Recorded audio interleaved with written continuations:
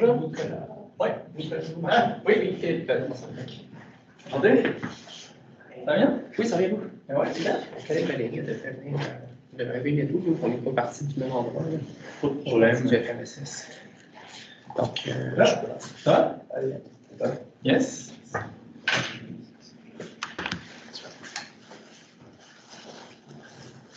As-tu comme sur une clé USB? Oui, j'ai sur une clé USB.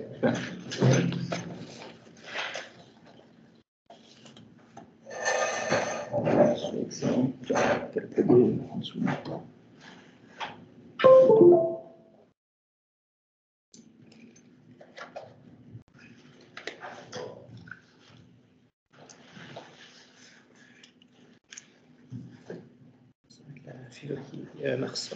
Mars. Okay. Ça va être en anglais. Oui, super. On va pouvoir vous envoyer les deux versions, dans les deux langues après. Cool. Génial.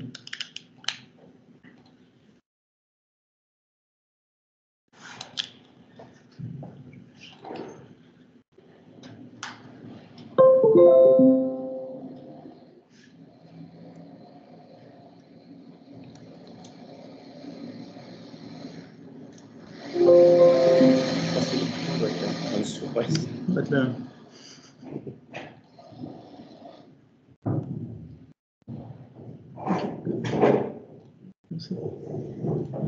L'écran tout de suite là-dessus.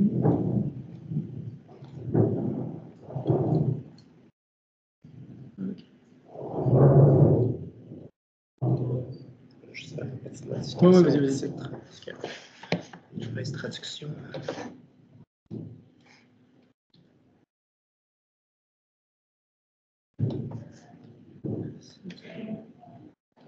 Donc c'est la bonne chose qui est partagée. Oui, ouais, exact. C'est parfait.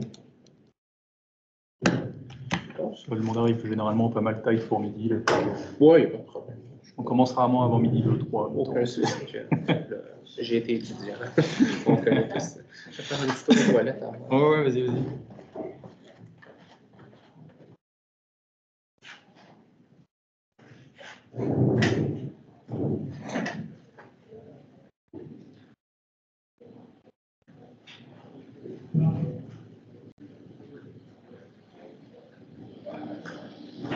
Est-ce que vous avez eu accès à vos... Encore? Ouais.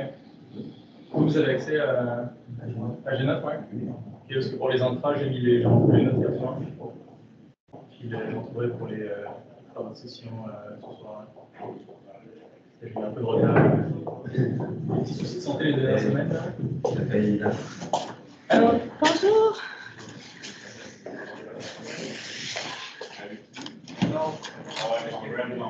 Nicolas. Enchanté, Hey, Valérie. enchanté. Ok, on a échangé par courriel un peu avec mon collègue Philippe aussi. Ouais, il est arrivé, il est parti faire un tour aux toilettes. Parfait. Ce que je disais, c'est que généralement le monde arrive pas mal taille pour le. Bah oui. La piste est généralement. On attend un groupe ou. Ça dépend. Des fois, ça peut être une dizaine, des fois, ça peut être 25. Ok. Des fois, ça peut être. On va voir notre code de popularité. Mais ouais, je suis assez curieux de voir. Je pense probablement ça va plus être des étudiants qui sont dans le programme maîtrise cours. Il y a combien d'étudiants inscrits en tout en géométrie? En tout en géométrique, probablement autour de 150. Ok, quand même. Ça, c'est les 3 années ensemble ou. Ouais, c'est ça. Je pense qu'au bac, un petit problème avec le bac, on est en train de redéfinir le bac. Ok. Le bac, il doit y avoir une trentaine d'étudiants, genre cumulés sur les 3 années. Ok. En maîtrise cours, sur les 2 années, ça doit être au-delà de 70, je pense. Ok. Puis maîtrise recherche et doctorat, c'est 70 environ aussi. Ok. Fait que des étudiants de l'extérieur, dans le fond, qui n'ont pas nécessairement fait leur bac ici, qui viennent suivre la maîtrise doctorat là. Ouais. Ok. C'est intéressant ça. Ouais, souvent en maîtrise, c'est souvent comme 50-50 du monde d'ici puis du monde de l'extérieur. Ok. Doctorat, c'est la plupart du temps du monde de l'extérieur qui viennent faire leur doc. Il n'y a pas tant de rétention. Parce qu'il y a beaucoup d'emplois ouais, c'est ça. J'imagine. Ouais. C'est ça, il y a plus de. Bah, avec une maîtrise, tu peux déjà aller chercher comme un salaire pour finir, tu pourrais aller en chercher un meilleur avec un doc, mais il faut que tu passes 3 à 5 ans, genre, payer au lance-pierre avant d'avoir Puis avec l'inflation, c'est pas quoi. Exact, ouais. On investit tôt. Ah, c'est ça. Fait que c'est ça. C'est peut-être en tout, ouais, c'est peut-être proche de 200 étudiants, genre tout confondu. OK. Puis de prof, prof, c'est. Professionnel. Ouais, ben, prof au département, c'est comme 12 profs. OK. Professionnel, professionnel doit être une dizaine à peu près de professionnels. OK. Environ, là. C'est autant des techniciens, professionnels de recherche, coordonnateurs. En même temps, ça va bien là, pour la cohésion. J'imagine que ça facilite quand même les choses. Ouais, non, vraiment, ouais. Il y a pas mal de quelques post-docs aussi selon les profs. Hein. Ça fait quand même pas mal de monde dans un petit département. Puis ton parcours à toi, qu'est-ce qui t'a amené? Ben moi, en fait, je suis venu faire mon doc ici. OK. C'est à la base, moi, je fais comme un bac en géologie environnement, pour ça, une maîtrise plus axée sur les climatiques. OK. Sociologie. Ton éco-anxiété se porte bien. Moi, j'en sais mieux ça, on dirait. L'éco-anxiété est rendue du côté fataliste de la chose. Là, c'est pas tant d'éco-anxiété, je dirais. Je suis comme, on sait ce qui se passe. On sait ce qui se passe. Si on fait rien, on fait rien. Avec les là. Ouais. Mais non, ça, je suis venu faire mon doc ici, en fait. Okay. Je suis arrivé après la maîtrise. Puis bon, après ça, je suis parti voyager un bout. J'ai pas trop envie de refaire de recherche à ce moment-là. Puis il y a un poste qui s'est ouvert là au centre de recherche. Donc, du coup, je suis rentré là. Plus de la coordination que de la recherche. Non? OK. C'est que, géométrie, je pense qu'il y a eu Bastien et Goffran qui sont passés par là. Ouais. L'ancien collègue de travail jusqu'à fond de formation. Je travaille avec lui. Ouais. Moi, je pense que je vais faire comme toi. Ouais. Je sais pas si on se fait des questions. Ça va? Je les ai pas trouvés. Ça va. Ah, c'est bien. Donc, moi, c'est à la Fontaine d'eau. C'est juste à droite.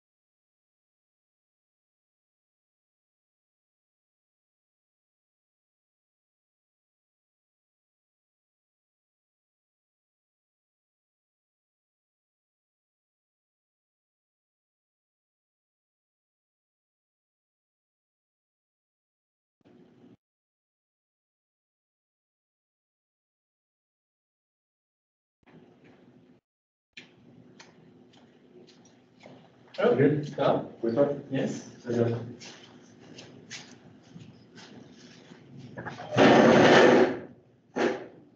Es-tu mis dans le problème de l'échange? Ouais. As-tu été mis dans le problème de l'échange ce matin? Non. Non, ouais.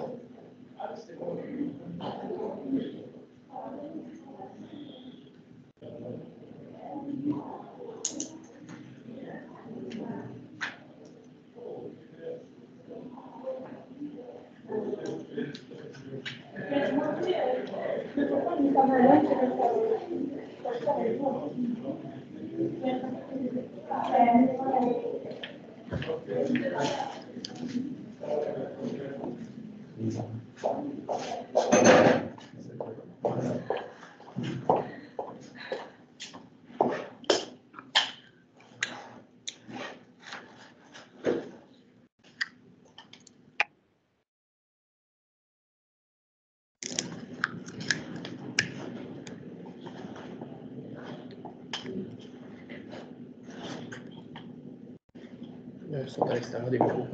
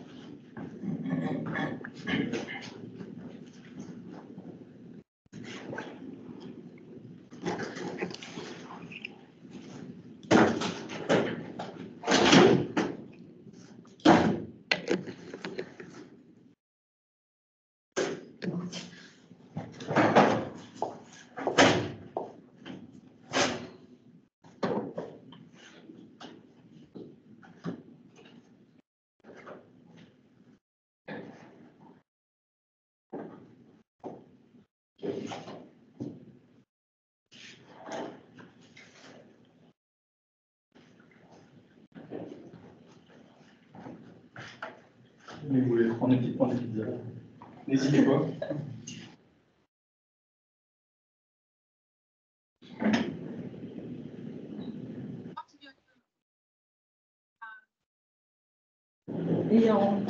Est-ce qu'on les voit? On peut le faire apparaître, je pense.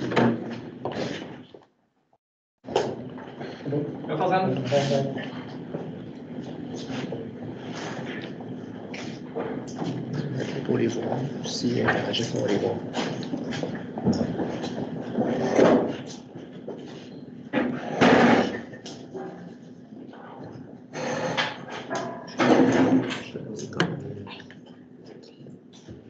Est-ce qu'il y a des dialogues qui sont justement?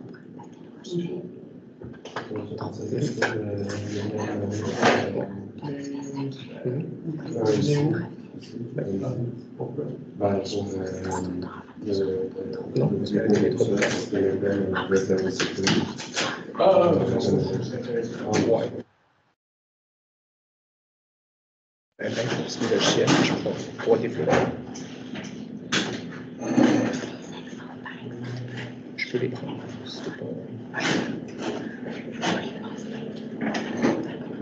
Peut-être juste le premier.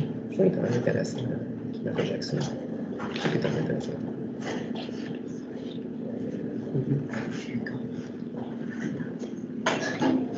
Ok.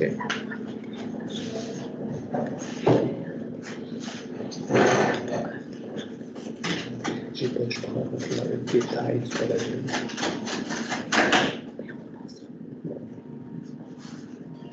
On va attendre un petit 5 minutes. Bah oui, bah oui. On s'en reparle après.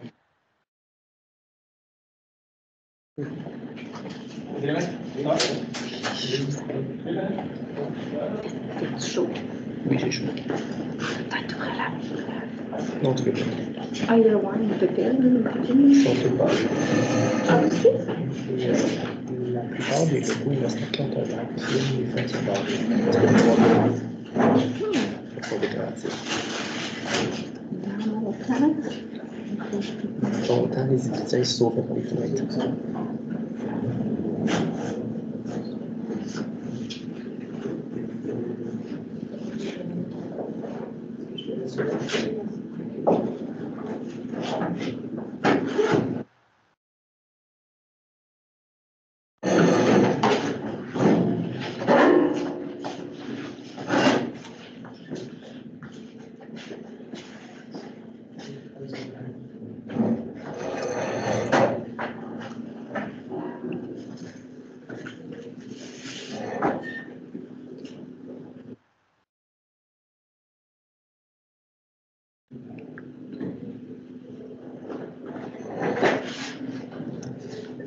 es au bureau cet après-midi?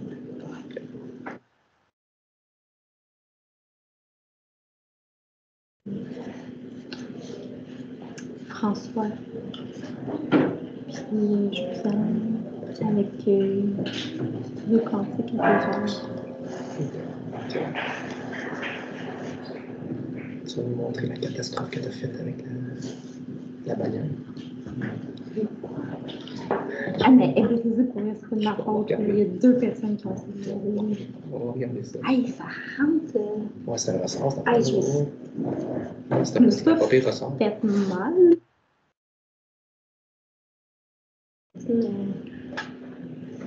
Juste pour ça, je l'ai tout le monde mal. Je l'ai pas quelqu'un qui se blesse avec lui.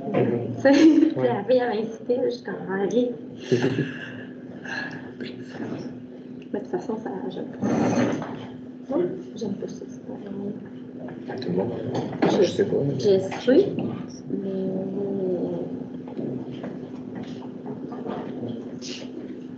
C'est ça.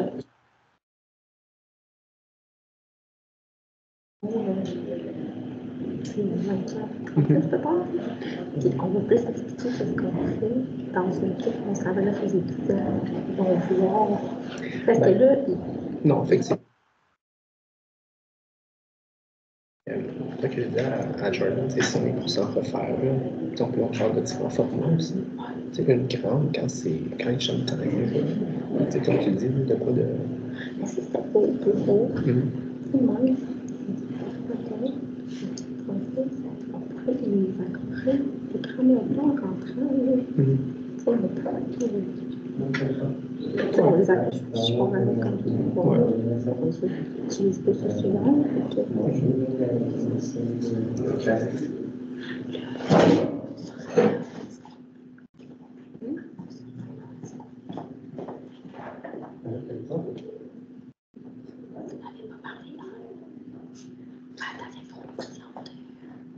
Attends, il faut.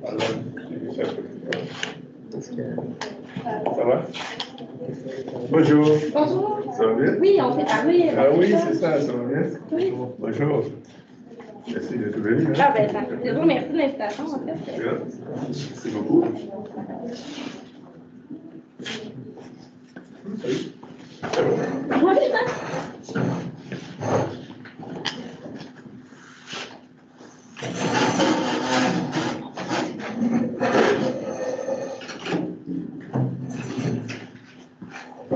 Est-ce que tu veux garder la On petite laisse fenêtre pour ou... voir si jamais il y a une interaction. Ok, bah, si jamais moi je l'ai sur mon, Ah, sur mon laptop ok. aussi, fait que je pourrais- en ligne, en principe. Il y en a 66 et 10 là. Ah, ok. Ah, quand même. Ouais. Bon. On a 14 personnes. Ça fait un, quand même. Donc, on commence? Ouais. C'est bon? Oui. Allons-y. Donc, bonjour à tous. Merci d'être venus assister à cette présentation puis de l'invitation, en fait. Donc, je suis Valérie Claude Dessart, avocate chez Transfertech. Je suis aussi directrice des partenariats et des projets interdisciplinaires. Projet essentiellement pour essayer de bâtir une offre de service pour en fait, l'écosystème entrepreneurial et d'innovation sociale, essentiellement, ce qui est en train d'émerger un peu partout sur le campus. Je m'appelle Philippe, donc je suis également avocat comme Valérie Claude et présentation dans lequel parler en français. Chargé de projet. Donc, chargé de projet, essentiellement, lorsqu'on reçoit des dossiers d'innovation, d'invention à l'université, de l'université, en fait, on procède à l'analyse pour voir s'il y a un potentiel commercial et si, au niveau du respect des droits de propriété intellectuelle que vous allez voir aujourd'hui, si tout est en ordre pour qu'on puisse prendre le dossier. Vous allez recevoir, en fait, je vais envoyer la présentation à la fin, autant en français qu'en anglais. Donc, vous allez pouvoir l'avoir dans la langue de votre choix à la fin de la présentation. Donc, Essentiellement, nous, TransferTech, on est ce qu'on appelle une société de valorisation. Il y a différents modèles. Il y a des services similaires qui sont offerts directement à l'interne des universités. Dans notre cas, auparavant, jusqu'en 2007, on était avec le Bleu, puis ils ont créé une société en commandite. Donc, on est une société distincte, mais dans les faits, en fait, toutes les inventions qui sont dites institutionnelles, du moment que les inventeurs souhaitent commercialiser, ils vont passer là, par nous. Puis, on ne travaille pas avec d'autres dossiers que ceux de l'université. Donc, on est encore en quelque sorte là, un service universitaire, à l'exception qu'on a quelques dossiers du CIUS, principalement là, des dossiers de collaboration université CIUS. Donc, aujourd'hui, on va parler des différentes formes de propriété intellectuelle. Il y en a certaines là, qui vont moins vous rejoindre que d'autres, mais par expérience, là, de bien définir les concepts dans un premier temps va aider là, en fait à la compréhension aussi après ça du processus de déclaration d'invention et tout ça, mais aussi de commercialisation. Produit, une même innovation, il peut y avoir différents types de droits de propriété intellectuelle qui vont se superposer. Donc, même si on travaille essentiellement avec le brevet, ben, c'est pas mauvais de savoir là, qu'il y en a d'autres. Puis même si pour vous, dans une perspective de commercialisation, c'est pas des formes de propriété intellectuelle que vous pensez exploiter, il en demeure pas moins que les concurrents ont potentiellement protéger, eux, différentes formes de propriété intellectuelle. Donc, ça permet aussi là, de ne pas se mettre les pieds dans les plats. On va parler aussi un petit peu des notions de confidentialité qui ne sont pas à proprement parler nécessairement de la propriété intellectuelle, mais qui sont des notions là, connexes et dans certains cas là, qui se superposent aussi. Il y aura évidemment une période de questions. Donc, il est déjà prévu qu'on revienne une autre fois. Donc, si aujourd'hui, il y a des choses qu'on n'a pas le temps d'éclaircir, on va revenir. Puis, en fait, du processus, donc ce qu'on appelle la chaîne de titres et les différentes façons là, de valoriser, commercialiser de la propriété intellectuelle, plus spécifiquement universitaire. Donc, ça vous va jusqu'à maintenant? Donc, petite présentation de TransferTech. On est une petite équipe combinée là, de différentes expertises. Là, un bon nombre d'entre nous avons déjà été là, entrepreneurs. Donc, il y a des expertises d'affaires légales et scientifiques aussi, évidemment. La propriété intellectuelle, c'est quand même des sujets assez pointus. À titre d'exemple, quand nous, on travaille avec des agents de brevets, chacun sont spécialisés dans des types de brevets. Là. Ils ont à la base une formation en sciences, puis vont acquérir ensuite une formation d'agent de brevet. Puis là, la majorité des dossiers chez nous là, sont protégés par brevet. Donc, dans les faits, là, ce qu'on appelle chez nous des directeurs de valorisation, qui sont ceux qui sont responsables des dossiers, de définir une stratégie de propriété intellectuelle et de trouver des partenaires commerciaux. C'est soit des ingénieurs, soit dans le cas de Patrice, là, un doctorat en pharmacologie. Donc, ça donne une idée un petit peu en même temps, là, indirectement, de ce qu'on fait. Donc, je l'ai mentionné, notre rôle est de protéger, promouvoir et commercialiser les innovations qui sont issues de la recherche. En vue, là, évidemment, d'en faire des solutions, soit pour les consommateurs, ben, en fait, à la fois pour les consommateurs et les entreprises. Ça donne une petite idée du volume. Donc, par exemple, dans la dernière année, on a fait 12 transferts. Un transfert, c'est lorsqu'on va réussir à trouver un partenaire et qu'on va lui transférer une technologie. Le transfert se fait essentiellement par licence, donc par location d'un brevet ou cession, qui est une vente complète de la technologie. C'est plus rare. Compte tenu de notre mission de protéger aussi les innovations universitaires, si jamais le partenaire commercial s'assoit sur la technologie. Donc, il l'a acquis simplement dans un but défensif d'acquérir le plus de propriété intellectuelle possible, de pouvoir mettre fin au contrat, de sorte à récupérer la technologie, puis trouver un autre partenaire qui va vraiment faire quelque chose pour déployer cette invention-là dans la société. L'idée étant que si on n'a pas nécessairement contribué à l'avancement de la science, ben c'est parce qu'on veut quand même que ces solutions-là soient disponibles. Par exemple, dans le cas du médicament, c'est 13 ans de développement, 26 milliards, je crois, puis statistiquement, une molécule sur 1000 qui va réussir à passer toutes les phases cliniques. Donc, comme chercheur, si on souhaite éventuellement changer la vie des patients, ben, on n'a quasiment pas le choix de passer par une démarche de brevet parce que les sommes à investir sont tellement grandes qu'aucune pharmaceutique va faire ça sans avoir une protection du marché par la suite. Donc, vous voyez un petit peu la philosophie derrière tout ça. Disclaimer. Donc, aujourd'hui, ce qu'on va présenter, c'est vraiment de l'information. C'est général, c'est incomplet. Le droit, ça peut changer rapidement. Donc, si vous avez des questions précises, évidemment, ben, soit nous contacter ou consulter là, un avocat pour vraiment avoir un avis légal en bonne et due forme. Donc, je commence. Ça va jusqu'à maintenant? Avez-vous des questions? Je vais trop vite? Je suis comme essoufflée. Les questions, on les réserve à la fin ou on les pose? Vous pouvez les poser au fur et à mesure. Donc, la définition de la propriété intellectuelle, c'est assez abstrait.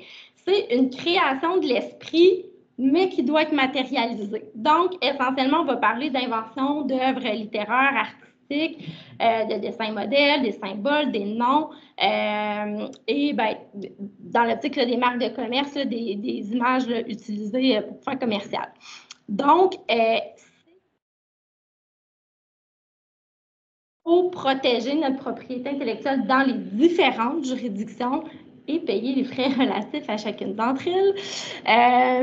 C'est pour une période de temps limitée aussi. Cette période-là va varier en fonction des différentes formes de propriété intellectuelle.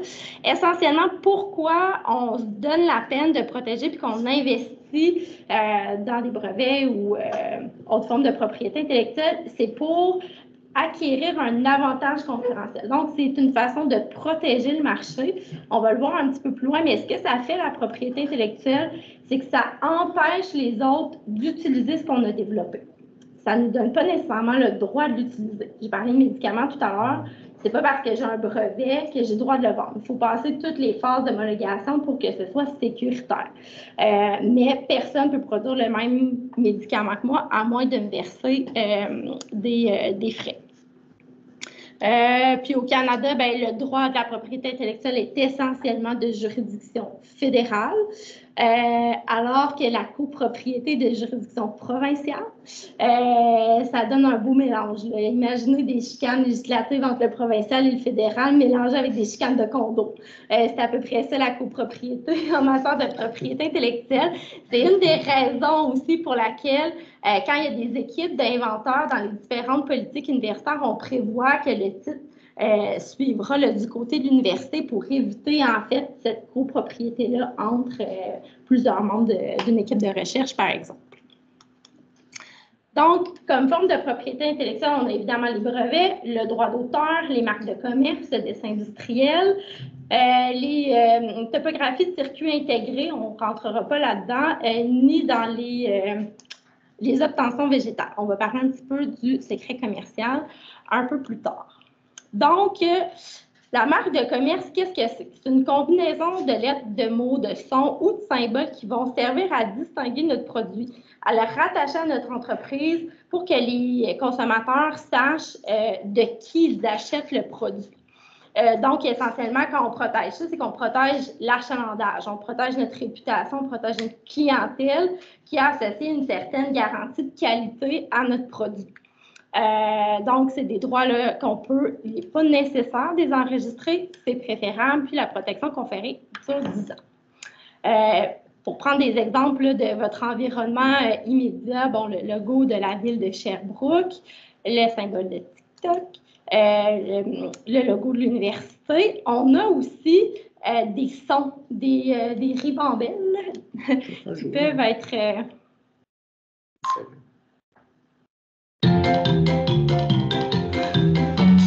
Ring, ring, ring, que désirez-vous? C'est super barbecue. Donc ça, c'est enregistré comme marque de commerce. Donc, il n'y a aucun autre restaurant qui vend du poulet qui pourrait utiliser ça pour vendre ses produits parce que c'est enregistré. Donc, c'est ça, c'est pas juste, comme Valérie disait, c'est pas juste des images. Des fois, c'est vraiment des sons.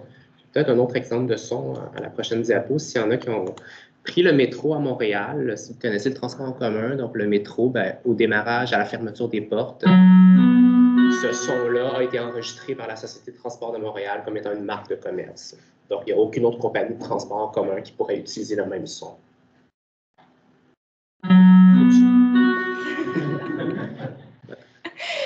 Ensuite, on passe plus vite sur les marques et les dessins, étant donné là, que c'est moins des choses susceptibles peut-être d'être les résultats de travaux de recherche, mais bon, on fait quand même un petit survol aujourd'hui. Donc, oui. Dans le même dessin, on peut parler aussi de dessin technique. Ou là, ça serait comme un autre. Je vais parler plus de l'autre chose. Vous parlez plus de logo. Oui, bien, un dessin technique, si on parle d'un plan, par exemple, ça serait moins le dessin industriel, mais ça pourrait être du droit d'auteur. Puis, quand je parlais de différentes formes de propriété intellectuelle qui se superposent, puis on a un exemple un petit peu plus loin qui est la bouteille de coke. Par exemple, dans le cas de la bouteille de coke, à la base, il y a un créateur, designer qui a fait un dessin. Il a, lui, un droit d'auteur. Dépendamment de son contrat de travail, ça va appartenir potentiellement à son employeur. Souvent, dans les professions un peu plus artistiques ou libérales, on va faire affaire avec des consultants. C'est très important dans ces contrats-là de prévoir que le travail va appartenir à celui qui paie, parce que c'est pas automatique, j'ai payé, ça m'appartient. Et ça, c'est assez contre-intuitif, donc c'est important de le savoir. Mais bon, donc soit ça nous appartient ou ça appartient à notre employeur. Après ça, dans le cas de la bouteille de coke, ça a été protégé aussi par dessin industriel. En se disant, on va protéger l'aspect de ce produit-là de sorte à ce que les gens l'associent à notre réputation puis ne confondent pas notre produit avec ceux des concurrents dans une perspective de défense de marché. Puis, en fait, ce dessin-là a acquis une notoriété tellement grande en termes d'association du produit et de l'entreprise qu'il a aussi pu être protégé par marque de commerce. Donc, ça, c'est un bel exemple là, de superposition de propriété intellectuelle.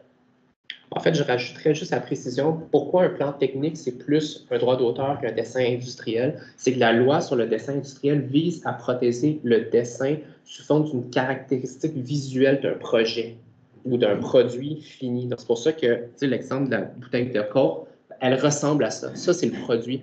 Tandis qu'un dessin technique, des fois, on ne voit pas nécessairement le produit dans son ensemble. C'est peut-être souvent par couche, par étage ou quoi que ce soit. Donc, ce n'est pas un produit qui est commercialisé. Donc, c'est pour ça que ce n'est pas un dessin industriel.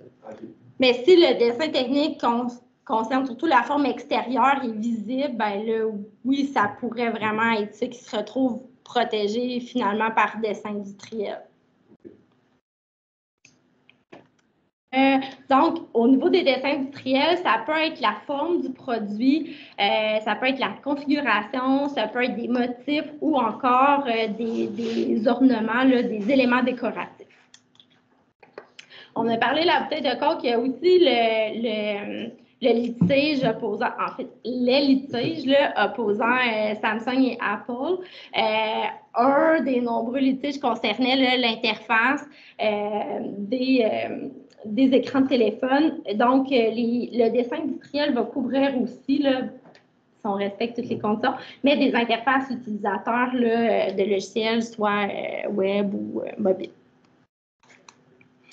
Dans les autres formes dont on ne parlera pas, il y a les indications géographiques. Quand on revendique là, que notre produit a une appartenance là, géographique, c'est des choses qui sont protégées. Il y a aussi les circuits intégrés et les obtentions végétales. Ben, au niveau des secrets de commerce, ça, c'est une des formes qui n'est pas prévue dans la loi. Donc, il n'y a pas une loi qui dit comment gérer un secret, parce qu'essentiellement, ben, un secret, on en parle à personne, puis la loi ferait une page. J'exagère, c'est vraiment une vision artistique des choses, mais c'est pour ça qu'il n'y a pas vraiment de loi. En fait, l'objectif du secret, c'est de le garder secret, donc d'en parler au moins de gens possible. Donc, le secret, ben, ça a de la valeur parce que justement, ça vous donne un avantage concurrentiel. Votre concurrent ne connaît pas, là, évidemment, les recettes. On parle souvent de l'exemple, la recette du Coca-Cola. Ça peut être aussi, dans le domaine de la construction, une recette pour le béton. Donc, ça peut être souvent des mélanges de produits ou une façon de faire quelque chose. Hein. Des fois, il y a plusieurs compagnies qui vont fabriquer un produit. On sait à peu près comment faire le produit, mais le secret peut résider dans l'étape. Tu sais, à quelle étape je fais ça, puis dans quel ordre je fais tel produit.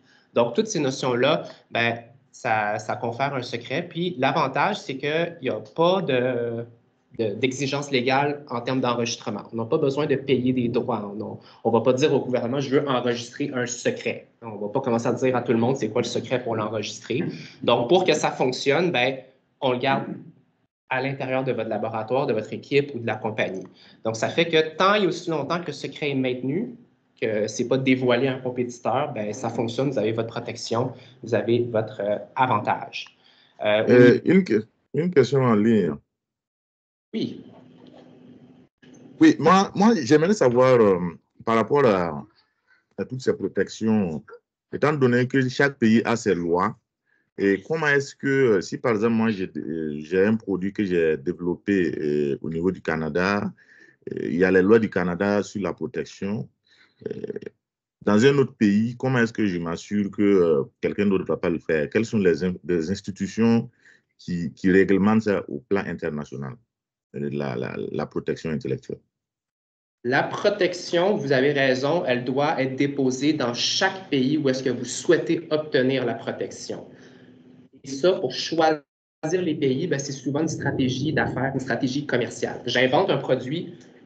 Où est ma clientèle? Où est le besoin? À quel besoin je veux répondre dans la société? Est-ce que je prévois vendre le produit uniquement au Canada, en Amérique du Nord, en Europe, en Asie? Et en fonction de votre stratégie commerciale, avec les projections de revenus, les capacités, où se trouvent les concurrents, les besoins, vous allez choisir dans quel pays déposer les demandes auprès des différents gouvernements. Il existe une organisation mondiale qui vous aide à faciliter le processus. Donc, au lieu de cogner à la porte de chaque gouvernement, il y a un organisme central qui vous aide à choisir les demandes. Ça vous évite aussi de remplir des formulaires séparés à chaque pays. Vous faites un document universel qui est ensuite envoyé à différents offices, mais c'est principalement un choix commercial. Mais effectivement, si vous obtenez un brevet pour un produit au Canada seulement et que vous n'obtenez pas le brevet dans d'autres pays, bien, le compétiteur pourrait fabriquer, vendre ce produit-là dans les autres pays et vous n'auriez pas de recours. Souvent aussi, ce qu'on va faire, c'est qu'on va protéger dans les juridictions où les marchés sont les plus importants en se disant un concurrent ne va pas se donner la peine de développer un produit s'il ne peut pas le vendre dans les juridictions les plus payantes. Donc, on se trouve par la bande, parce qu'on l'a démotivé à la base, à protéger les autres marchés parce que nous, c'est ce qu'on fait. Là, on n'a pas les moyens de protéger dans toutes les juridictions. Donc, ça va être souvent États-Unis, Europe, Canada, Chine, dépendamment là, des marchés. Souvent aussi, en fait, ça va être le partenaire commercial qu'on a retrouvé qui va décider dans quelle juridiction il va breffer, dépendamment de ses moyens.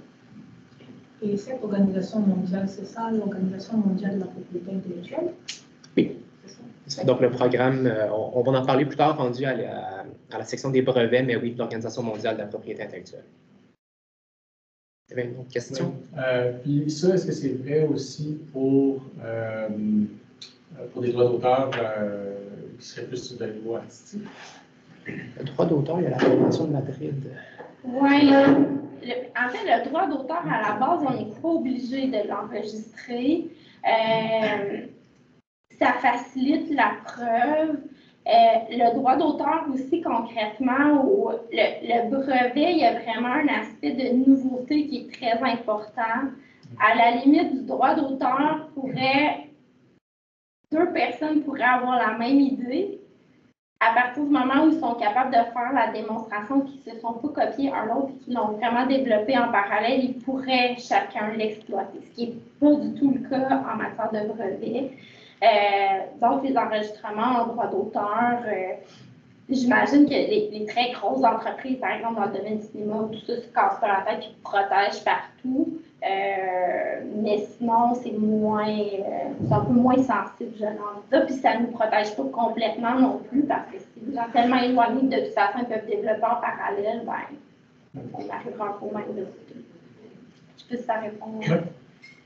Donc, pour finir sur l'aspect des secrets de commerce, au niveau des mesures de sécurité, c'est important d'en avoir. Donc, exemple, vous travaillez sur un produit dans votre laboratoire, évidemment, avoir une sécurité physique. Donc, quand il y a donné l'accès à les clés, s'assurer qui a accès aux clés de votre local, ne pas donner les clés à n'importe qui.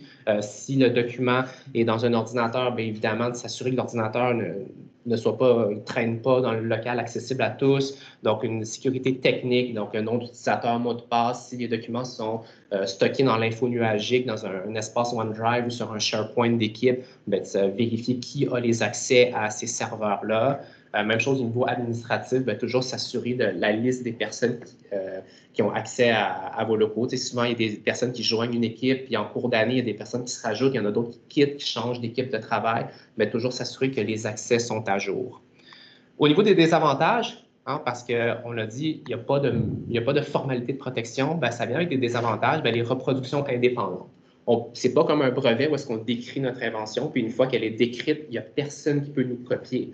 Là, c'est un secret, donc quelqu'un d'autre pourrait acheter votre produit puis essayer de comprendre la recette, faire une analyse chimique, par exemple, puis essayer de développer les composantes, puis en arriver avec un produit similaire ou proche. C'est exactement le cas avec toutes les marques génériques de soda ou de cola que vous achetez dans les épiceries.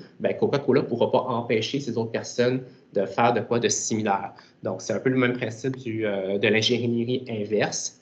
Et les désavantages, c'est quand même toute une gestion de contrôler qui a accès au secret, à qui je donne une partie de l'information, puis de s'assurer de ne pas trop donner d'informations à tout le monde. Suite à ça, ça vient avec le côté confidentialité. Donc, quand on veut garder quelque chose de secret, il faut encadrer les échanges d'informations.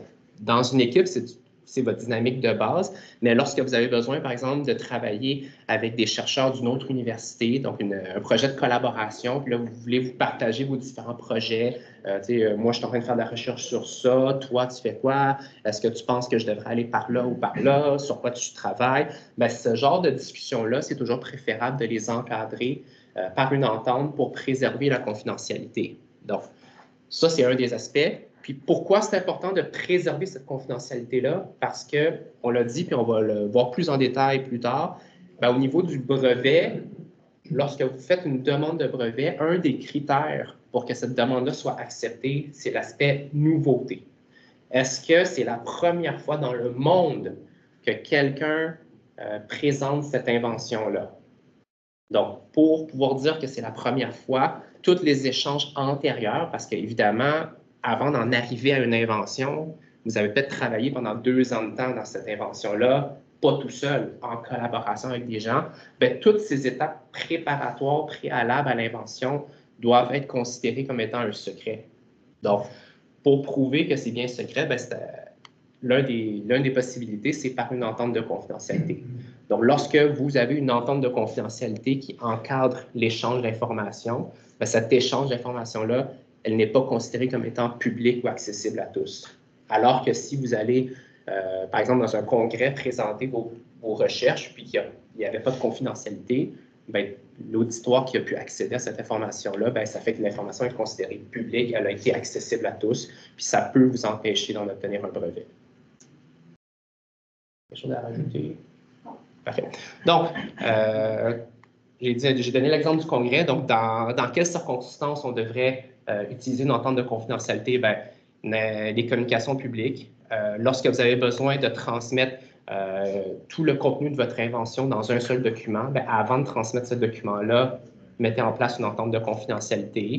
Je donne un exemple, la notion de accessible au public, là, ça peut être aussi précis qu'une thèse de doctorat dans une langue étrangère, disponible uniquement au format papier, dans une bibliothèque, dans un autre continent, avec des heures d'ouverture très restreintes, c'est quand même accessible au public. Donc, quand on dit accessible au public, ce n'est pas juste Internet. C'est vraiment à partir du moment où quelqu'un peut y avoir accès sans entendre de confidentialité, bien, ça, c'est considéré public aux yeux de l'examinateur, la personne qui analyse votre demande de brevet. Donc, évidemment, le plus simple pour préserver la confidentialité, on dit le moins possible. Mais évidemment, ce n'est pas toujours possible. Pour favoriser une collaboration puis faire avancer les travaux, vous avez besoin d'une entente. Donc, quand est-ce qu'on a besoin d'une entente? Bien, les présentations de défense de thèse, les conférences, les symposiums, les collaborations entre entreprises, entre établissements de recherche, lorsque vous avez besoin d'obtenir du financement, donc des demandes de financement à des organismes subventionnaires, que vous devez présenter les détails de votre projet avec d'autres collaborateurs qui ne sont pas nécessairement des inventeurs, lorsque vous avez des étudiants ou des stagiaires qui viennent visiter vos locaux. Donc, dans toutes ces circonstances-là, on est mieux de mettre en place une entente. Puis aussi, dans les documents que vous échangez, c'est toujours préférable d'identifier vos documents comme étant confidentiels. J'ai vu une main levée. Oui. Je vais juste réfléchir à comment je vais poser ma question. Dans mon équipe, il y a une personne qui a écrit un abstract pour justement le symposium. Puis là, présentement, on n'a comme rien protégé, mais on ne présente pas tout de suite. C'est juste que comme ils ont reçu l'abstract. Puis je me dis, comme ça vient-tu vraiment jouer en tant que tel? Ça dépend vraiment de qu'est-ce qui est dit dans l'abstract, puis au niveau de... C'est ça, parce que c'est le genre de travail qui est mieux de consulter un agent de brevet pour pouvoir savoir votre travail, votre invention, c'est quoi qui est vraiment nouveau, c'est quoi qui est inventif, c'est quoi qui va vraiment être révolutionnaire, puis ces éléments-là, est-ce que j'en parle dans l'abstract? Donc, c'est sûr qu'on essaie d'éviter de parler de tout ce qui fait le fonctionnement de la nouveauté, puis l'abstract, bien, essayer d'intéresser les gens sur les résultats. C'est souvent genre, ceci est le problème, nous avons une solution, voici les résultats, sans rentrer dans la solution. Donc ça c'est plus sécuritaire, ça vous évite un peu de rentrer trop dans le détail de l'invention. Mais c'est sûr que dans le cas des présentations scientifiques, souvent, ce qui va intéresser la communauté, c'est de savoir comment vous y êtes arrivé. Donc, l'idéal étant de déposer un brevet avant d'aller faire la présentation. Je ne sais pas, vous avez combien de temps devant vous? Ben, c'est sûr que c'est cet été. La présentation, c'est sûr que l'abstract, c'est comme un comité sûrement très fermé qui a accès, sinon personne d'autre a accès à ça. T'sais, on n'a pas présenté encore. Je me demandais, comme dans ce gap-là, s'il y avait comme moyen de le protéger, parce qu'on s'est posé la question comme après, parce qu'il y avait comme une date limite pour envoyer ça. Oui. C'est par après qu'on s'est comme ça arrive posé la question. On est habitué de travailler dans l'urgence. On pourra se reparler après, si vous voulez, qu'on regarde un peu dans ce cas précis-là, parce que oui, la chose idéale dans ce cas-ci, ce serait de protéger par brevet. Il faut aussi savoir que même quand il y a une divulgation, dans certaines juridictions, pas toutes, mais on a un délai de grâce qui fait en sorte que quand la publication a eu lieu il y a moins d'1 an, ça peut quand même être possible de protéger. Donc, il y a moyen de faire quelque chose encore. Mais l'idée étant d'avoir aussi le temps d'analyser le marché, tout ça, pour savoir si ça vaut la peine de déposer un brevet. Puis la chose aussi avec le brevet, c'est qu'une fois que le compteur est parti, on ne peut pas l'arrêter. On va le voir un petit peu plus loin, mais essentiellement, après 30 mois, on doit choisir dans quelle juridiction on veut déposer. Comme on l'a mentionné, il y en a potentiellement plusieurs dans lesquelles on voudrait protéger. Donc là, les frais deviennent exponentiels. Donc, l'idée est d'avoir trouvé un partenaire commercial avant le 30 mois. Si on est une start-up, c'est d'avoir trouvé le financement. Puis quand il y a de la maturation technologique à faire à la fois la maturation, le plan d'affaires, la ronde de financement en 30 mois, ça relève pas du miracle, mais de beaucoup de chance. On va dire ça comme ça. Puis souvent, il y a des développements aussi scientifiques qui doivent être faits. Puis un brevet, c'est vraiment sur mesure pour une invention. Puis plus que le brevet est bien rédigé par rapport à l'invention, plus il va être solide. Donc, si on dépose un brevet, mais que l'invention se modifie parce que vous êtes encore en cours de travaux, bien, on affaiblit aussi potentiellement le brevet. Donc, essentiellement pour des raisons de publication, souvent, nous, on n'a pas le choix, on le dépose rapidement parce que sinon, on va perdre toute forme de protection. Mais c'est sûr que quand on a un peu plus de temps pour élaborer autant la stratégie de développement scientifique que de financement, c'est plus important. Juste un commentaire, moi je pense que dans le cadre d'un congrès, donc d'une conférence, un symposium, ou même une publication dans un journal scientifique, la seule chose qui est confidentielle, c'est ce qu'on n'écrit pas et c'est ce qu'on ne dit pas. Ouais, parce que je vois mal comment on peut faire des ententes de confidentialité dans le cadre d'une conférence. Effectivement, dans ce cas-là, on ne peut pas. C'est plus dans le cas où on va travailler avec des collaborateurs, soit d'autres institutions, soit des partenaires commerciaux dans le cadre de la recherche collaborative, ou encore quand on va chercher du financement, on va devoir expliquer en quoi notre invention est un bon investissement. Mais effectivement, dans le monde académique, du moment tant qu'on est en collaboration pour faire la recherche, ça va, mais à partir du moment où on veut divulguer de quelque façon les résultats, une entente ne peut pas aider à ce niveau-là. Puis je dirais même que une entente de confidentialité, en principe, les gens qui l'ont signée doivent la respecter, sous réserve d'être poursuivis, donc on investit, donc on gagne. Donc, c'est toujours préférable de ne pas dire plus que ce qui est vraiment nécessaire pour convaincre notre partenaire.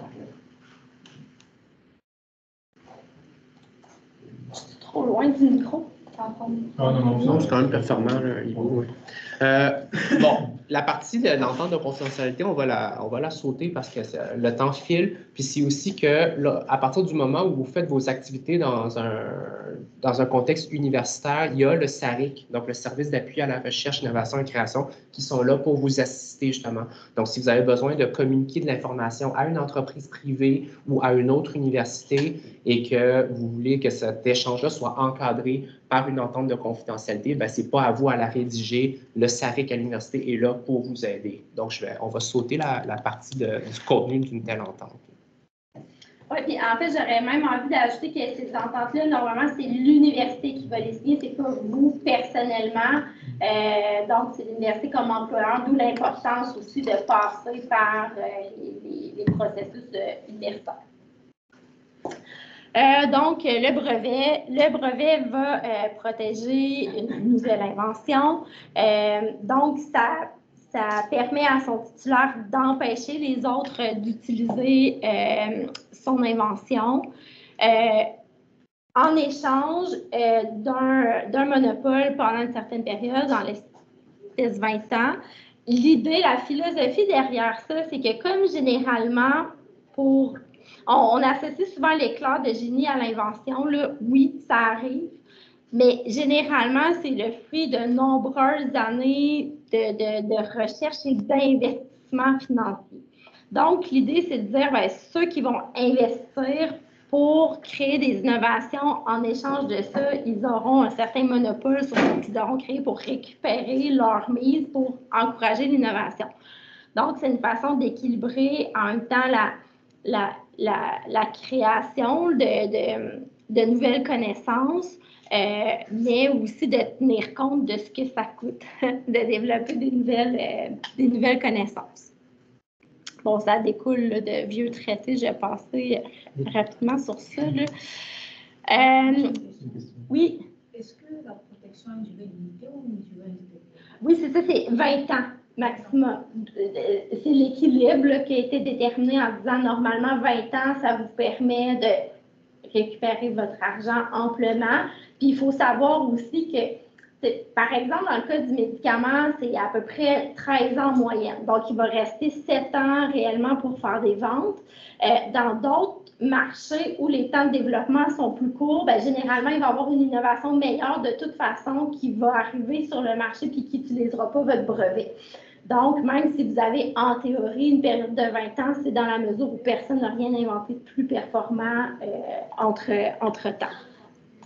Puis, un brevet aussi, ça explique dans le détail comment l'invention fonctionne. Il faut que quelqu'un, à la lecture du brevet, soit capable de la reproduire et de la faire fonctionner. Donc, c'est à ce niveau-là de détail. Puis, encore là, pour respecter ce principe-là, quand même, de faire avancer les connaissances, de sorte que les autres ne peuvent pas l'exploiter commercialement, mais au niveau scientifique, tout ce qui a été découvert dans le cadre d'une innovation, invention, bien, peut être récupéré par la communauté scientifique pour continuer de faire avancer la recherche. Ça va. Donc, ça peut protéger autant des produits, des procédés, donc souvent là, des procédés chimiques, des machines ou des compositions de matière. Ça peut aussi protéger une amélioration de ces éléments-là. La définition d'amélioration versus une nouvelle invention, ce n'est pas une ligne qui est très, très claire, là, mais si on prend par exemple les écrans tactiles, il y a eu un premier brevet plateforme, puis depuis ce temps-là, il y a eu sans doute des milliers de brevets pour améliorer la qualité, la rapidité, la qualité de l'image, etc. Donc souvent, ces nouvelles inventions-là vont être d'amélioration. Ça peut être peu de choses, un brevet. Ce qui est intéressant pour la communauté scientifique, généralement, il faut qu'on ait fait quand même des découvertes substantielles. Pour un brevet, ça peut paraître assez mineur. Là. Vous vous diriez probablement, on ne va pas rédiger un article là-dessus, mais dans le monde du brevet commercial, des fois, ça ne tient pas à grand-chose nécessairement, le gap scientifique, j'aurais envie de dire, là, pour justifier un brevet. Puis ça peut être une combinaison aussi de ces éléments-là qui sont protégés par brevet. Mais dans le cas d'une amélioration, si vous avez un brevet d'origine, par exemple, si on prend les écrans, l'exemple de l'écran, donc vous avez un brevet d'origine là-dessus, et ensuite il y a un autre brevet qui vient améliorer un peu le processus. Mais comment celui qui a fait le premier brevet va profiter du second brevet? Est-ce qu'il y a un lien qui va être fait entre les deux? Oui, en fait, sur l'amélioration, vous devez aller voir, dans la mesure où le brevet peut expirer, le propriétaire du brevet plateforme. Vous n'avez pas ce qu'on appelle le freedom to operate. Donc, la liberté d'exploitation. La brevetabilité et la liberté d'exploitation, c'est deux choses différentes. La brevetabilité, par exemple, ça peut être d'une amélioration. Cette amélioration-là, celui qui a fait la technologie plateforme n'a pas le droit d'utiliser mon amélioration, mais moi, je n'ai pas le droit non plus d'utiliser sa technologie plateforme. Donc, moi, si je veux vendre la mienne, je n'ai pas le choix d'aller le voir.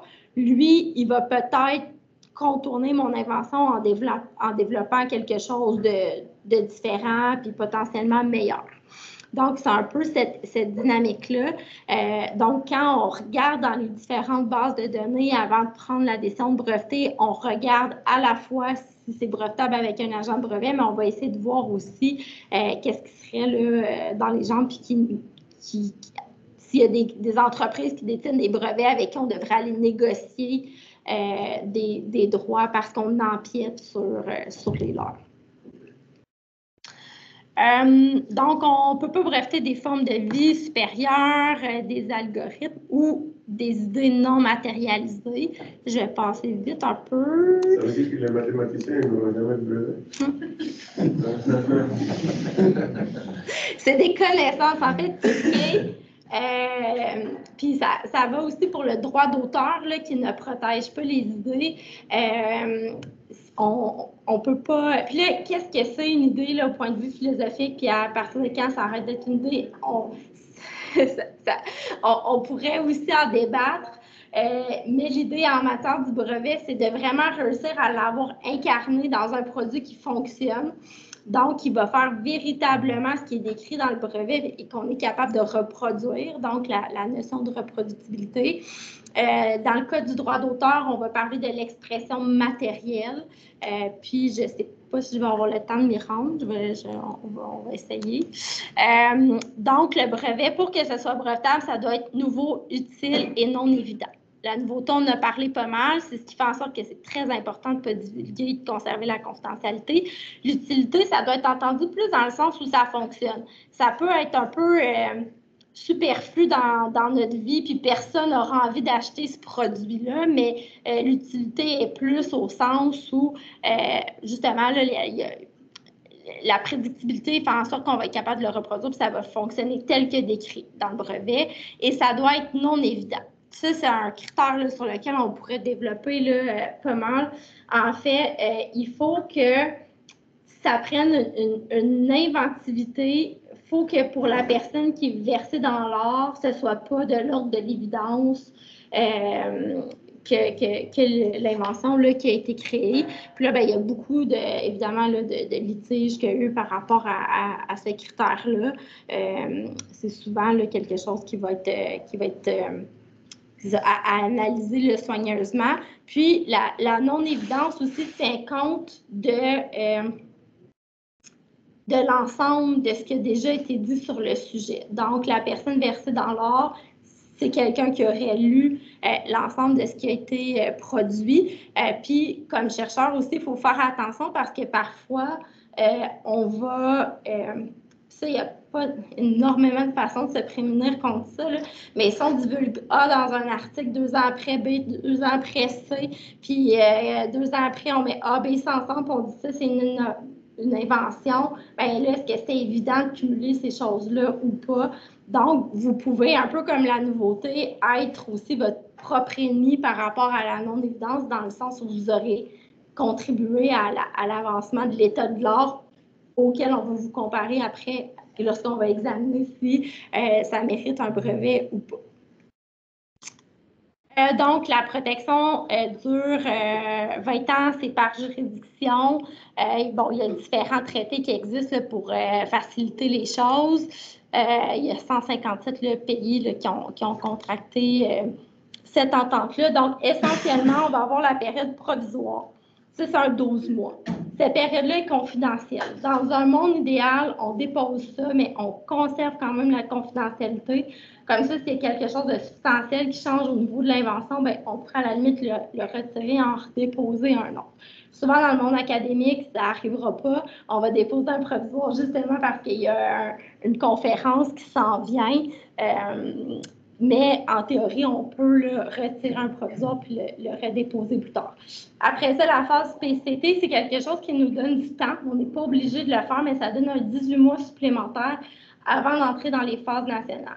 Chez nous, c'est pratiquement automatique parce qu'il faut qu'on se donne le temps de trouver un partenaire ou du financement dans le cas des startups pour choisir là, et payer les frais d'entrée en phase nationale.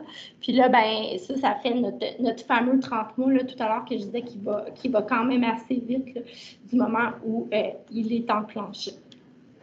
Ça, j'en ai parlé. Des liens pour avoir de l'information supplémentaire par rapport au brevet. Ouais, les petits exemples. On va le passer, là, mais vous le regarderez, là, j'ai le lien vers le vidéoclip, mais si vous connaissez cette scène-là, il y a une partie où est-ce que tous les danseurs se penchent quand même très fortement à l'avant sans perdre l'équilibre. Puis on se demanderait, mais quel est ce talent? Ben, Michael Jackson a fait breveter un mécanisme où est-ce qu'il y a un crochet en métal qui peut aller en dessous de la semelle, qui fait en sorte que c'est par ce crochet-là qu'il tient en équilibre.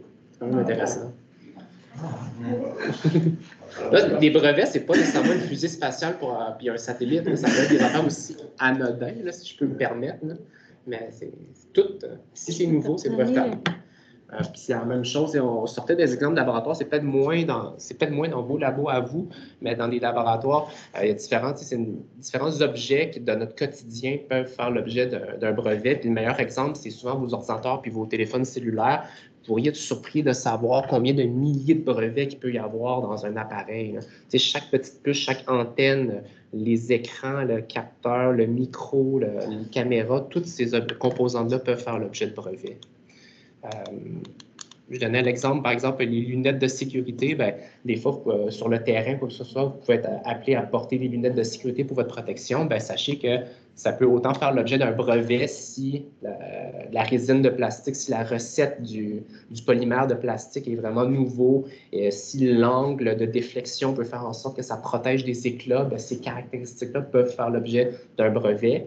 Puis l'aspect visuel, la forme, ben, elle peut faire l'objet d'un dessin industriel, tout comme certaines formes de lunettes, par exemple les hauts-clés, par exemple, ben, ça devient tellement connu que ça peut être même une marque de commerce. Donc, des fois, il peut toujours y avoir des combinaisons de formes de propriété intellectuelle.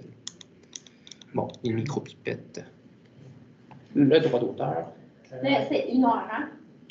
En principe. Ça peut dépasser. OK. Vous avez fait le tour à 13 heures, aucun d'entre vous? Ah. OK. Donc, le droit d'auteur, vous en faites pas, il en reste juste pour 4 heures de temps. Vous allez être libéré avant le coucher du soleil. En plus, l'heure a changé, je peux vous garder plus longtemps. Donc, le droit d'auteur, qu'est-ce que c'est? Bien, ça accorde un droit exclusif de publier, reproduire, vendre, exécuter une partie, en fait, une partie substantielle ou l'intégralité d'une œuvre. Donc, vous voyez que les possibilités sont larges, hein? Produire, reproduire, vendre, exécuter, parce que le droit d'auteur, ça peut être autant des œuvres littéraires, donc des écrits, que artistiques. Ça peut être une chanson, une pièce de théâtre, ça peut être un spectacle de marionnettes, donc ça peut être toutes sortes de formes. Donc, ce n'est pas toujours tous les cas où est-ce qu'on peut produire, reproduire, vendre, imprimer, exécuter. Au niveau de la protection, elle dure toute la vie de l'auteur, plus 70 ans après son décès. Donc, c'est l'une des formes de protection les plus longues. Là. Si on compare, par exemple, au brevet où c'était juste 20 ans, bien, le droit d'auteur, lui, s'étire au-delà du décès de l'auteur. Donc, ça peut aller jusqu'à 70 ans après son décès. La protection, elle est automatique. Donc, dès qu'elle est matérialisée. Donc, ça, c'est important. On a dit les formes de protection de la propriété intellectuelle, on ne protège pas l'idée. On protège ce qui sort de cette idée-là. Qu'est-ce qu'on fabrique? Qu'est-ce qu'on matérialise. Donc, à partir du moment où il y a une matérialisation, on va voir les exemples, c'est quoi une matérialisation? Bien, à partir du moment où elle existe, elle est protégée.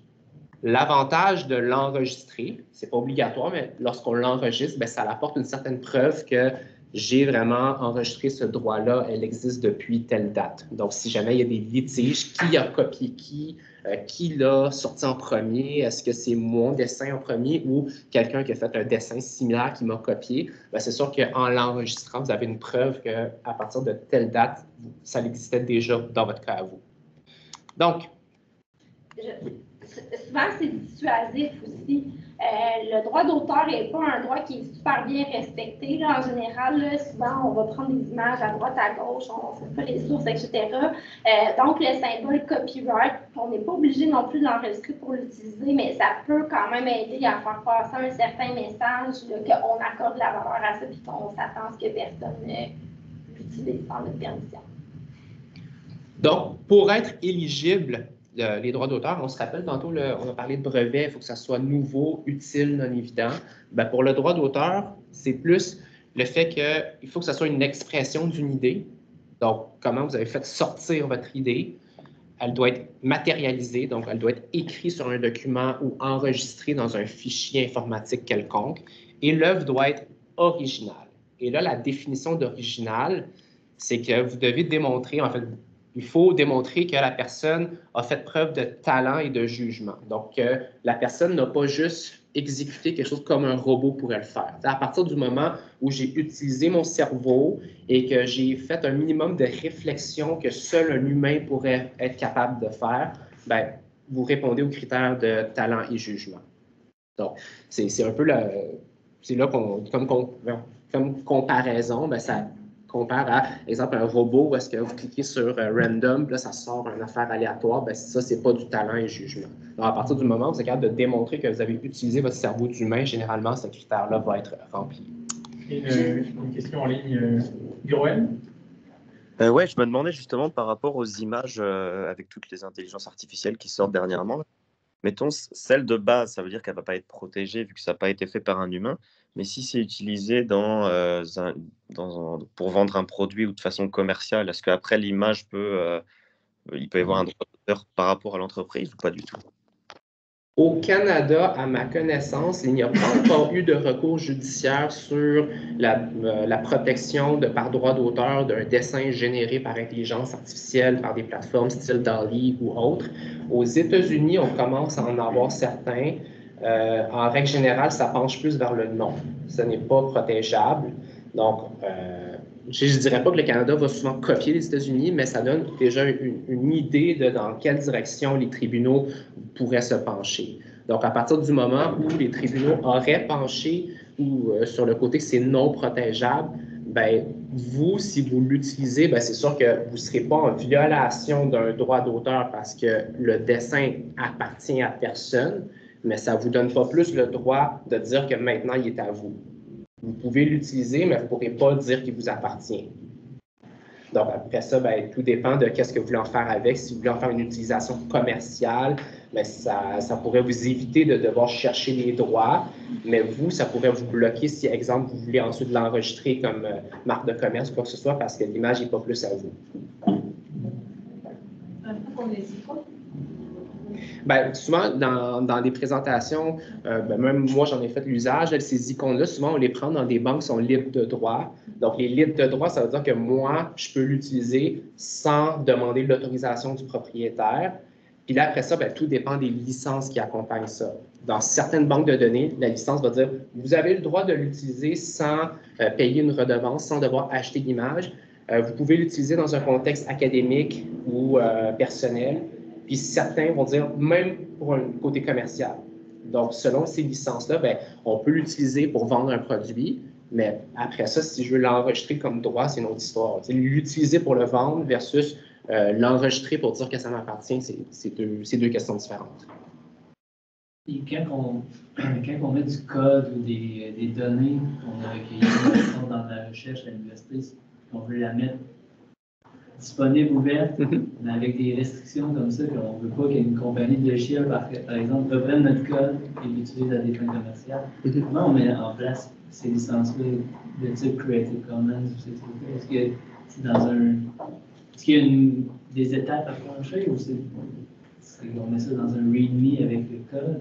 Je ne sais pas si ça offre de l'aide, j'imagine que oui. Normalement, oui. Là. En fait, le droit d'auteur, il y a une nouvelle politique sur la propriété intellectuelle à l'université là, qui a été adoptée fin octobre, qui a clarifié là, la situation entourant le droit d'auteur et tout ça. Donc maintenant, le SARIC, service d'appui à la recherche, innovation et création, sont en mesure là, de vous aider avec ça, puis voir au cas par cas aussi, parce que souvent, vous avez utilisé des bases de données et des licences. Des fois, c'est des licences académiques, c'est pas censé être utilisé pour fin de recherche. Donc, autant dans les données, les licences que vous avez utilisées, qui peuvent potentiellement restreindre le type de licence que vous pouvez mettre sur ce que vous avez produit. Par exemple, s'il faut vous avez utilisé ça, c'était disponible à tous, mais sous condition de rendre disponible à votre tour à la communauté. Bien, là, il y a tout un effet un peu domino, j'aurais envie de dire, qui est au cas par cas en fonction des intrants. C'est ça, parce que c'est souvent un cas complexe, c'est lorsque vous bâtissez un algorithme, puis là, bon, je vais utiliser telle librairie de telle source, là, celle-là est sur licence MIT, après ça, vous allez prendre une autre bout de code qui est sur une licence GPL, puis on a un autre qui est sur une licence Apache, puis là, wow, là, le résultat final, qu'est-ce que je peux faire, qu'est-ce que je n'ai pas le droit de faire à partir du moment où j'ai combiné des bouts de code avec des exigences, ben, le SARIC va être là pour vous aider à démêler ça. Là. À partir du moment où vous voulez le publier, le mettre sur GitHub, ou quoi que ce soit, est-ce que si j'ai pris quelque chose avec une licence GPL, est-ce que le résultat, j'ai le droit de le mettre sur Creative Commons? Ben, il faut démêler ces licences-là puis bien comprendre qu'est-ce qu'on peut pas faire de chacune de ces licences-là. Ça va éviter un peu de contaminer votre travail final et faire en sorte que des fois, dans certains cas, s'il est trop contaminé, ben, vous ne pourrez pas l'exploiter commercialement sans devoir réécrire beaucoup trop de parties du code. Donc, même avant même de commencer un projet, ça peut être intéressant de dire hey, « moi, je prévois utiliser tel code, je prévois utiliser tel code ». Ben, déjà, de comprendre qu'est-ce que ces licences-là peuvent vous permettre de faire avec le résultat final. Donc, cet exercice-là, il ne faut pas le faire à la fin, mais dès le début de votre projet, puis de comprendre un peu c'est quoi les limites, les barrières que les licences peuvent apporter. Puis, en fait, c'est ça, des fois, on est pris, là, c'est plus facile ou c'est gratuit, donc on veut se dépêcher de faire ce qu'on va appeler dans le jargon là, un MVP, là, un Minimum Viable Product, ou un prototype là, qui fait la démonstration. Donc, des fois, ça peut être correct aussi de dire, ben, si jamais ça fonctionne, on recodera, on le refera. Mais il y a des choses plus contaminantes que d'autres qui peuvent être difficiles de ressortir. Puis des fois, il y a des alternatives là, qui ne seront pas nécessairement plus coûteuses ou qui vont exiger plus de temps. Mais juste de le savoir, ben, tout ce qu'on peut prendre qui n'est pas contaminant, on favorise ça si ce n'est pas trop pénalisant au niveau de la vitesse ou des coûts de développement de notre projet.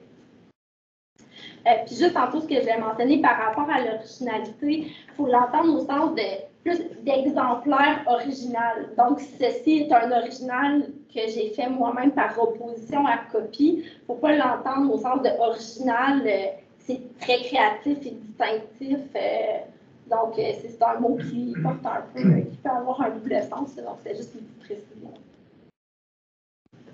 Donc, si on reprend un peu le même exemple des 3 critères, mais illustré sur une photo, ben, exemple, la musicienne a l'idée d'une chanson qu'elle pourrait exécuter à la guitare. Ben, à partir du moment où ça sort de sa tête, donc, exemple, l'expression de l'œuvre, donc le fait de le jouer, le fait de le fixer, donc de l'écrire sur les paroles, ou, tu sais, on n'est pas obligé d'aller sur du papier, là, si elle a parti une caméra vidéo puis qu'elle se l'enregistre, ben, c'est une forme de fixation aussi, ben, ça prend ces critères-là, il faut que ça sorte de la tête avant que ça puisse faire l'objet d'une protection par droit d'auteur.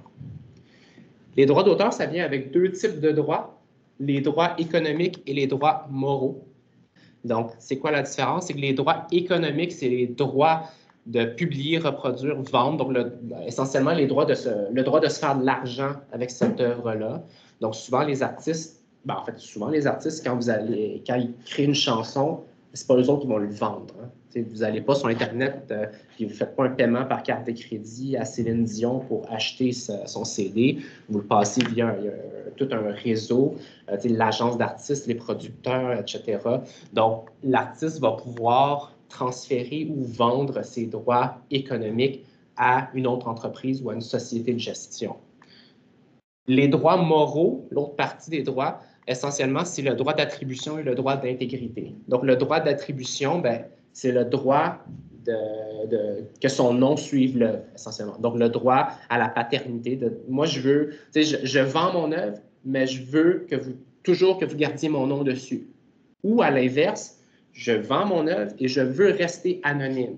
Donc, l'artiste décide si l'artiste veut que son nom reste sur l'œuvre ou non, ne me mettez jamais mon nom sur l'œuvre. Donc, ça, c'est le droit de l'artiste. Et le droit à l'intégrité, c'est souvent, je crée cette œuvre-là dans une certaine vision des choses et je ne veux pas qu'on change un peu le sens qu'on apporte à mon œuvre. Exemple, ça peut être une sculpture souvent. Bien, souvent. Un exemple, une sculpture, ça peut être exemple, la sculpture d'un ours polaire, sculpture sur glace d'un ours polaire qu'on dépose au centre-ville de Montréal pour démontrer les changements climatiques parce que l'ours va fondre au fil de l'hiver.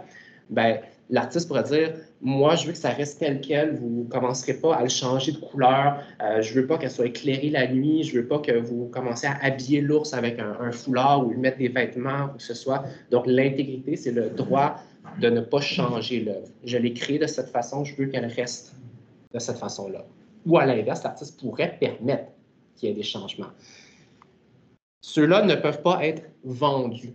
Donc, ces droits-là, contrairement aux droits économiques, l'artiste ne peut pas vendre le droit à l'intégrité en disant « une fois que je l'ai vendu, tu fais ce que tu veux ». C'est différent, c'est que l'auteur doit renoncer à ces droits-là. Donc, lorsque vous faites affaire avec des consultants pour qu'ils vous dessinent des plans, qu'ils vous rédigent du texte ou quoi que ce soit, bien, c'est important de s'assurer qu'ils vous aient cédé les droits économiques et, si nécessaire, en fonction de votre projet, qu'ils renoncent aux droits moraux aussi. Donc, c'est vraiment 2 choses distinctes à voir avec les droits d'auteur. Un exemple de droit moral, en fait, c'est l'un des seuls exemples au Canada. L'artiste Snow, Edward, je pense, pas sûr. Monsieur Snow a fait une envolée de bernaches. Donc, c'était des bernaches qui volaient dans le plafond vitré d'un centre commercial à Toronto. Et là, le centre commercial, pensant avoir acheté ces œuvres-là, pensant pouvoir faire ce qu'il voulait avec, bien, pour la promotion de Noël, à la période des fêtes, ce qu'ils ont fait, c'est qu'ils ont commencé à ajouter des petits foulards rouges et blancs sur certains de ces bernaches-là. Ils ont attaché des sacs de magasinage aux ailes de certains de ces oiseaux-là. Et là, l'artiste s'est battu en cours pour dire non, moi, je ne veux pas que vous touchiez à mon œuvre, je l'ai créée de cette façon-là et ça reste tel quel. Ils se sont battus en cours et c'est là que la Cour a reconnu le droit à l'intégrité, que l'artiste avait raison, a le droit de dire que mon œuvre, je veux qu'elle reste telle quelle. Ce n'est pas parce que je vous l'ai vendue que vous pouvez faire ce que vous voulez avec. Un autre exemple récent, si vous avez suivi l'actualité il y a un mois, dans la région de Montréal, il y a un professeur d'art plastique au primaire qui donnait des devoirs à ses élèves, créer des portraits suivant telle thématique de tel peintre. Et une fois que les élèves ont soumis ou remis ces projets-là pour correction, le prof prenait ces travaux-là et sur Internet les vendait sous forme de produits promotionnels, donc des imprimés sur des bouteilles, des tasses, des sacs de magasinage, des sacs à dos, des t-shirts, des tucs. Donc le prof, en cachette, faisait ça à côté. Ça a été découvert par des parents et là, il y a évidemment une bataille judiciaire à venir entre les parents et la commission scolaire, l'école, tout ça. Donc, c'est un peu comme on disait l'exemple, les droits d'auteur, c'est pas toujours tout le monde qui comprend tous les concepts.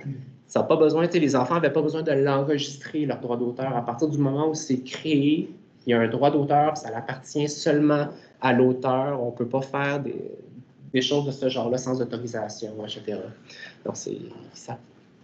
Petite parenthèse, là, dans le milieu académique, c'est d'autant plus mêlant que toutes les règles en lien avec la transparence vont faire en sorte que du moment qu'on emprunte l'idée de quelqu'un d'autre, on va le citer, on va mettre des guillemets, on va mettre une référence au bas de la page.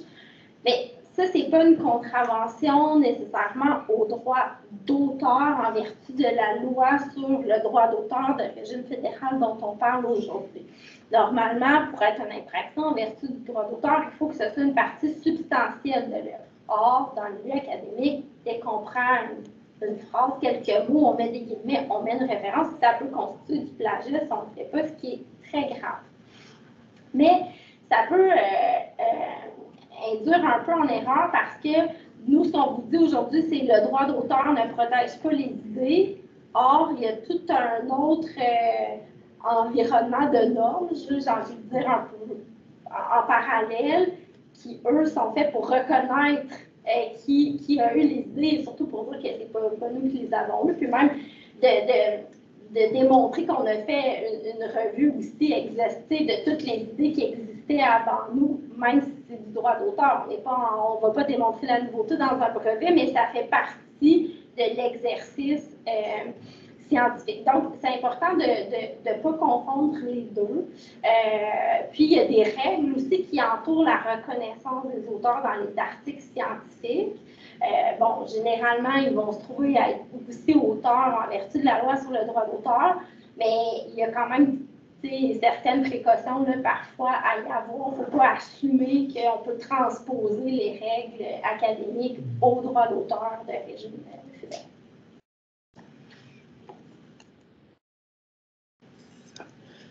On vous laisse aussi trois adresses URL où est-ce que vous pourrez en savoir plus sur les différents sujets. Donc, c'est des sources officielles. Donc, l'Académie de la propriété intellectuelle qui est fournie par l'OPIC, qui est l'organisme gouvernemental fédéral. Donc, il y a beaucoup de contenu avec des capsules de formation en ligne, donc les modules d'apprentissage et la chaîne YouTube de l'OPIC aussi, qui ont produit beaucoup de vidéos. Souvent, c'est des petits résumés en 2-3 minutes ou d'un petit résumé en 5 minutes qui font des survols de différents sujets sur la propriété intellectuelle. C'est quand même très intéressant. Et vous avez nos adresses courriel si vous avez d'autres questions. Merci.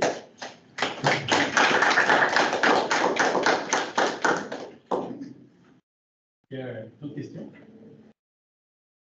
En tout cas, moi, je trouve ça vraiment très, très intéressant parce que là, on apprend énormément. Comme je le disais, Madame Lessard, c'est que nous, on a une culture ici de recherche, mais très concentrée sur les publications scientifiques. N'est-ce pas? Le brevet, ça ne fait pas tellement partie de nos langages en général, donc, et on n'est pas très, très conscient de toutes les possibilités qu'il peut y avoir dans ce monde. Peut-être qu'on pense que c'est de la recherche extrêmement poussée, avec des inventions extrêmement poussées pour arriver au brevet. Mais ce qu'on entend, c'est que ce n'est pas nécessairement le cas. Bon, j'imagine que lors de la deuxième conférence, vous aurez... oui, ben, on pourra approfondir un petit peu plus avec des exemples, puis on va revenir aussi un peu sur les logiciels. Oui. Le code est protégé par droit d'auteur. Il y a des choses qu'on peut quand même protéger par brevet aussi. Dans un logiciel, on peut avoir des inventeurs qui sont aussi auteurs, des auteurs qui ne sont pas inventeurs et des gens qui sont les deux à la fois. On va revenir un petit peu là, sur ça parce que, bon, on suppose que ça va soulever quand même des questions. Ça aurait été téméraire de le faire aujourd'hui, donc on pourra revenir un peu sur ces questions-là là, pour que vous puissiez voir dans votre cas à vous comment ça peut s'appliquer, mais au moins les concepts là, de base auront été c'est ça, un petit peu là, définis pour qu'on puisse avancer pour la suite. N'hésitez pas à nous contacter puis à aller voir aussi là, certains liens s'il y a des trucs qui vous intéressent davantage. Là. Puis peut-être nous envoyer des questions aussi à l'avance, là, si jamais vous voulez qu'on puisse répondre. On ne peut pas donner d'avis juridique, là, donc je ne garantis pas qu'on va pouvoir y répondre, mais si on les a d'avance, ça va quand même nous permettre de nous préparer. Je rajouterais une chose par rapport à la publication, c'est que même si vous dites que dans votre domaine, la culture est vraiment axée sur la publication, l'un n'empêche pas l'autre. Il faut juste le faire dans le bon ordre. Donc, ce n'est pas parce qu'on prend un brevet qu'on ne peut plus publier. On peut faire vraiment les deux. On prend un brevet en premier et ensuite la publication, mais pas l'inverse. Donc, c'est pour ça qu'on est là, et autant nous que le SARIC à l'université sont là pour vous guider dans ces étapes-là. Donc, si jamais vous avez fait une recherche, vous avez des résultats, sont intéressants, vous n'êtes pas certain s'il y a vraiment une possibilité commerciale ou est-ce qu'il y a un besoin commercial, consultez-nous. Nous autres, on a accès à des bases de données, on est capable de regarder, OK, c'est quoi les besoins dans la société, s'il y a un besoin, c'est quoi le part de marché, combien, c'est quoi la valeur monétaire de ce besoin-là, de cette solution-là. Puis après ça, on peut regarder ensemble c'est quoi la meilleure stratégie, dans quel ordre faire quelle chose. Donc, oui, mais... Allô? Oui, vas-y. Oui, j'aimerais savoir quels sont les coûts, en fait, pour les brevets, ou bien... Parce qu'on n'a pas aperçu ça. Comment est-ce que les brevets là sont évalués? Est-ce que c'est en fonction de la taille du projet ou bien c'est la valeur monétaire du projet? Comment est-ce qu'on évalue le coût? Le coût est en fait, il y a des taxes qu'il faut payer dans chaque juridiction de quelques centaines de dollars. C'est surtout les honoraires des agents de brevet, là, autour de 300-400 dollars de l'heure. Quand l'invention est institutionnelle, puis on va revenir aussi sur ces notions-là, c'est transféré chez nous, on va s'occuper de ces frais-là. En général, un provisoire, c'est moins de 10 000 un PCT aussi, c'est moins de 10 000 Après ça, les phases nationales, c'est 10 000 au moins et par juridiction.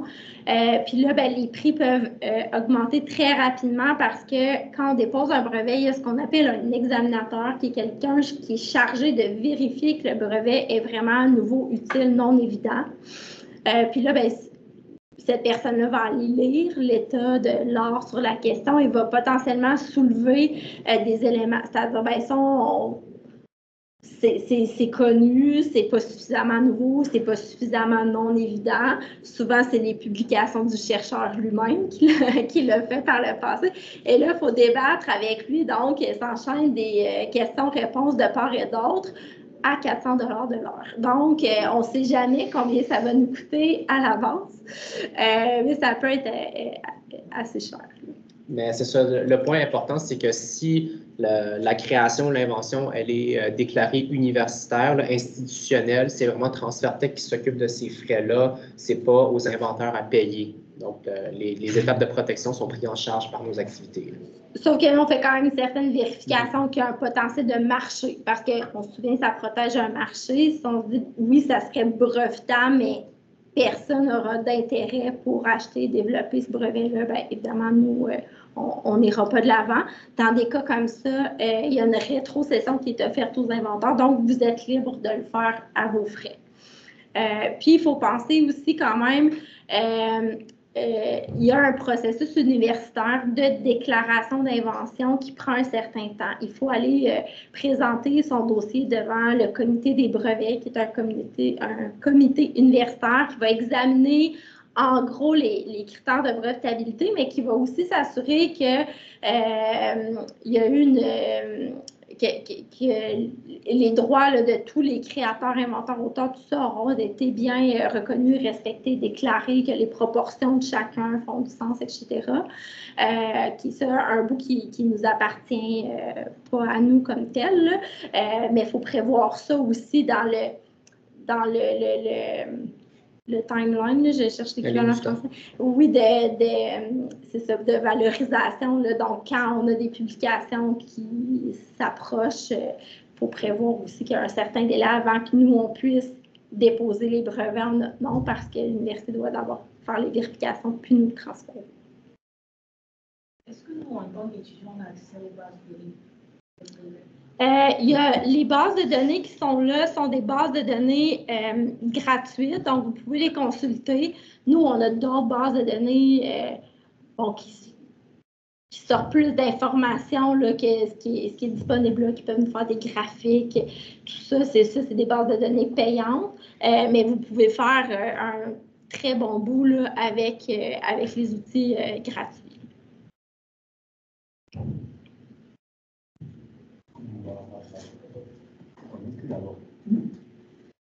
Oui, bon, ben, je transférerai la présentation pour les liens. C'est vraiment excellent. Donc, pour la prochaine présentation, j'imagine qu'on va rentrer plus dans les aspects relations, publication, brevet, et puis éventuellement la création de start-up, des choses comme ça. Oui, c'est ça. Ça va être un gros programme aussi là, en 1 heure.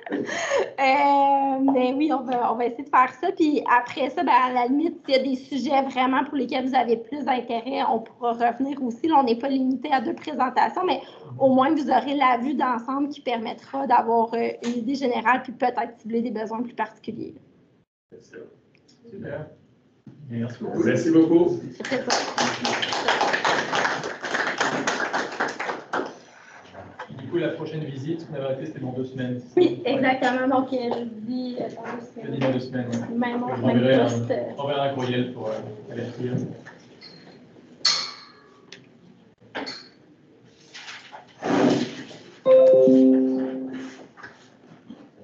Thank you.